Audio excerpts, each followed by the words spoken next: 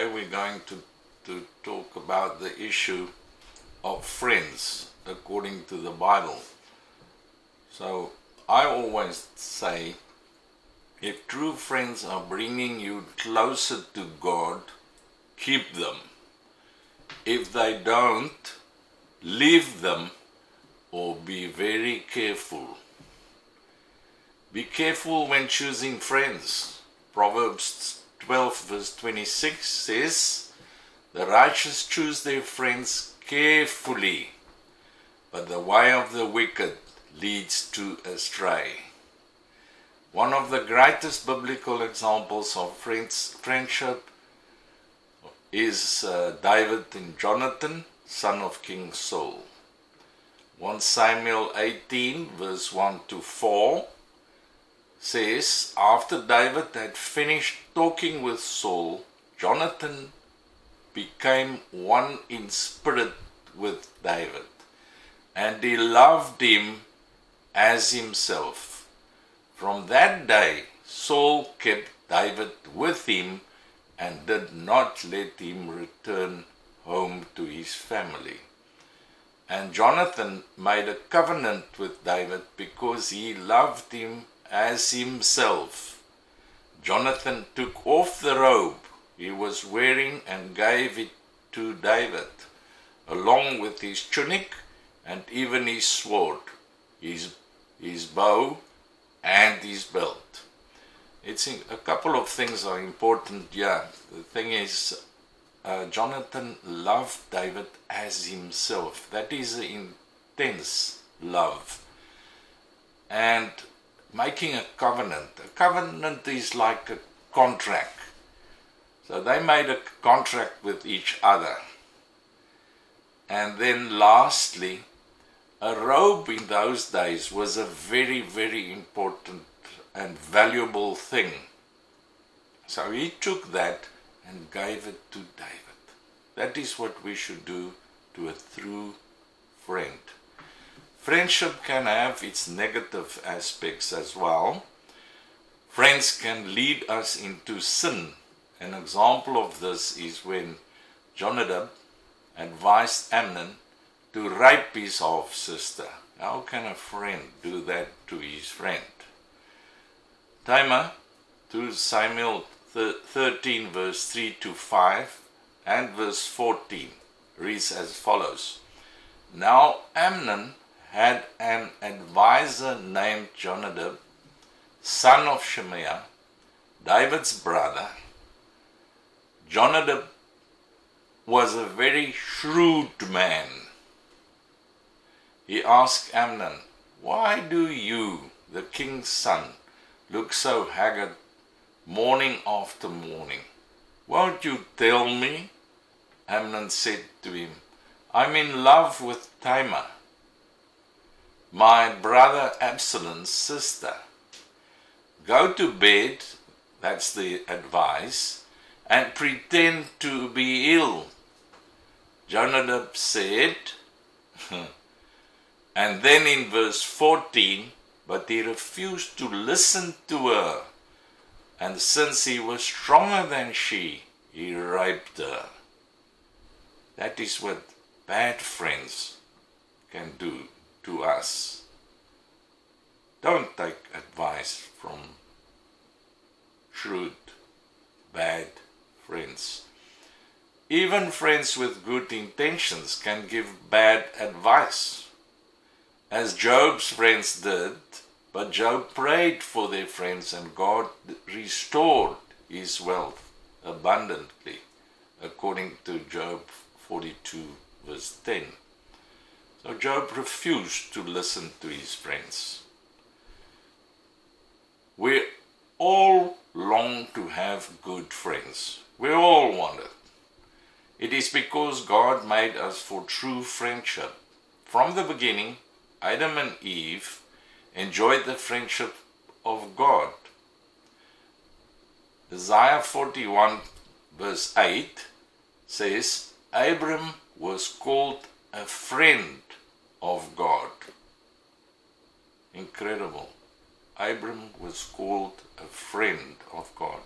We must be friends of Jesus. Jesus also called us friends. Moses spoke with God. Exodus 33 verse 11. Face to face as a man speaks with his friend. John 15 verse 13 to 15. Jesus came befriending all who trust and follow him. He came to lay his life down for his friends. The Bible advises us on how to deal with a friendship. Listen to good advice of a friend. Proverbs, there are a lot about friends in the book of Proverbs. Proverbs 27 verse 9 says, Oil and perfume make the heart glad, and the sweetness of a friend comes from his earnest counsel. Be in unity. Friends must be in unity.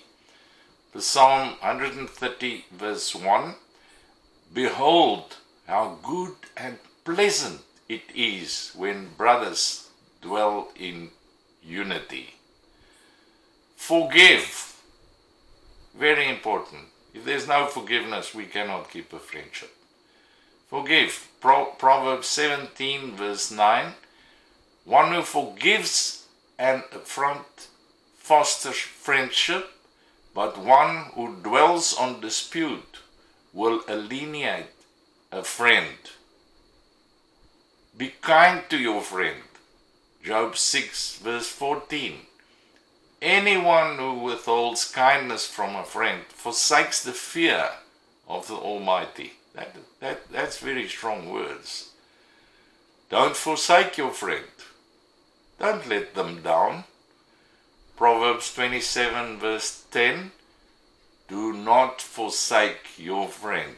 That's so important. How many times people forsake each other?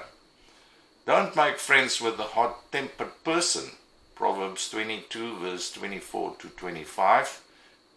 I'm not going to read it now. And then make friends with the righteous. Proverbs 12 verse 26. A righteous man is cautious in friendship, but the way of the wicked leads them astray. It's so important to follow these biblical rules, actually. In Scripture, we see how a true friend should be. It's all in, most of them anyway, in Proverbs. A friend should love and show love. Proverbs 17:17. A friend gives heartfelt advice. Proverbs 27 verse 9. A true friend rebukes when it's necessary. In love. Proverbs 27 verse 5 to 6. A true friend influences. Proverbs 27 verse 17. A true friend avoid gossip. Don't gossip about your friend. Don't do it, or friends. Proverbs 16 verse 28. A true friend forgives and does not hold grudges. Proverbs 17 verse 9. A true friend is loyal. Loyalty. Friends must be loyal to each other. Proverbs 18 verse 24. And a true friend helps in time of need. I once saw a sticker on a motor car where it said, when times are tough, friends are few. So a true friend helps in time of need. Ecclesiastes 4 verse 9 to 12. Now, our best friend and most truest friend is Jesus. The greatest friend anyone could possibly have is Jesus Christ. He gladly calls us friends. John 15, verse 15. And we can read it. No longer call you servants, because a servant does not know his master's business. Instead, I have called you friends, for everything that I learned from my Father, I have made known to you.